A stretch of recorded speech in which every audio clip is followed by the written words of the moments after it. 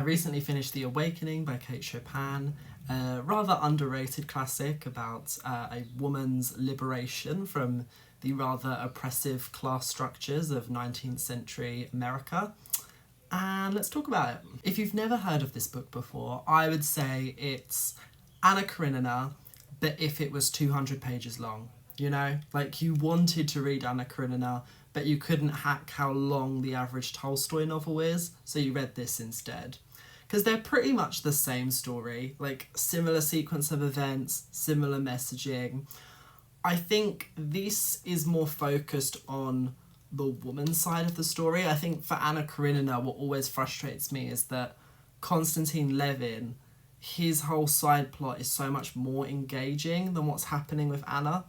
And so when she dies and the book still feels like it has to wrap up Levin's search for meaning, it feels a bit like, you know, as a reader, you've forsaken Anna as well. Whereas this book, it's about Edna. It starts with her, it ends with her. Edna is the sole focus of the story. And so it felt a lot more, and maybe it's because it's an actual woman writing about women's rights. Maybe that's what makes it so much more fully realised, for me at least.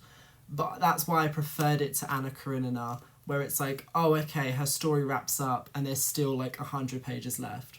I was shocked to see, looking into this book online, how much hate it gets. I think it's because it's one of those that gets taught in American schools, and so lots of like kids, especially like young boys who are brought up in misogynistic households, they see Edna like abandoning her children. They're like, oh, what a terrible woman. And what amazes me as well is the reviews on Goodreads, of course it was Goodreads, where they're saying things like, oh, I can't support anyone who abandons children, men or women. And it's like, sure, but there are many instances where a man will walk out on a family and is not scrutinised nearly half as much as Edna gets bashed by people who've read this book. Like, it's a full-on character assassination when her motivations for doing that are very clear, very well understood.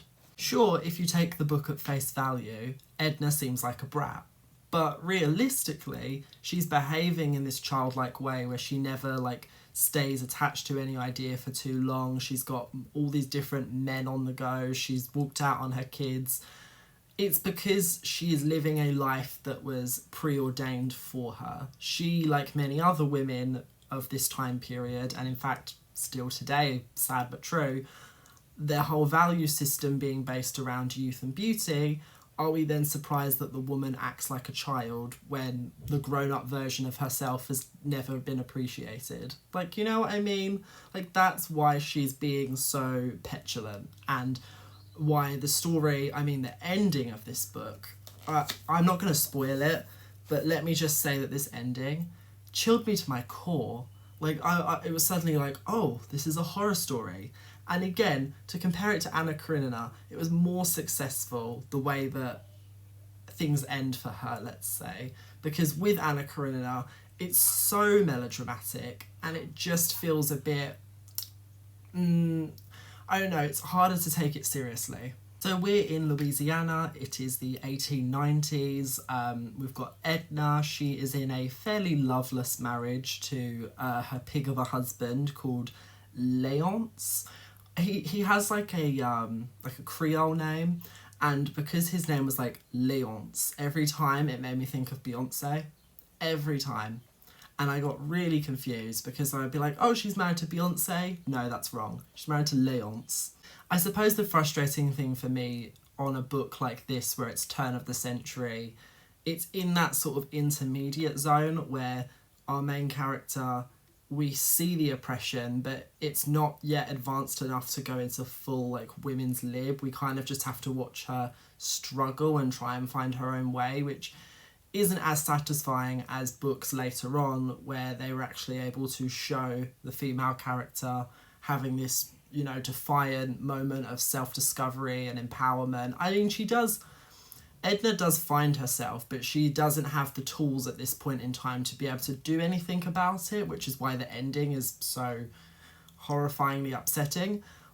But I think that's why this book, it feels a bit less, it's a bit more vanilla and plain compared to some of the other books with similar overarching themes. Like, I could see this being taught in schools, but I don't know, it wouldn't be as transformative for me as, say, like a Rebecca or like a Wide Sargasso Sea.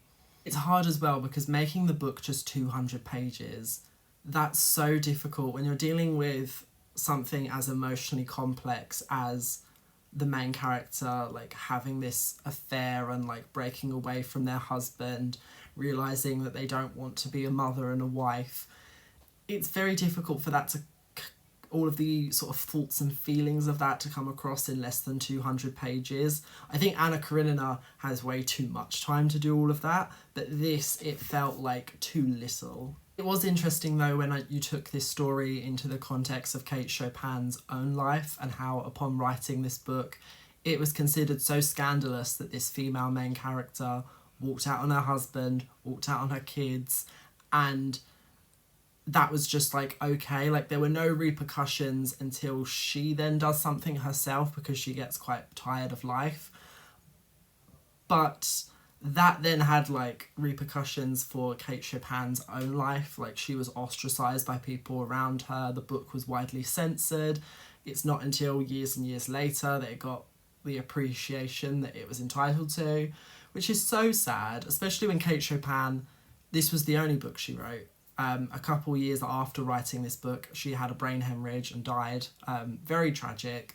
So I do like it. I think it's a very important classic, and it's definitely like one for like the lessons in feminism, like to understand like the journey that women's lib has gone on.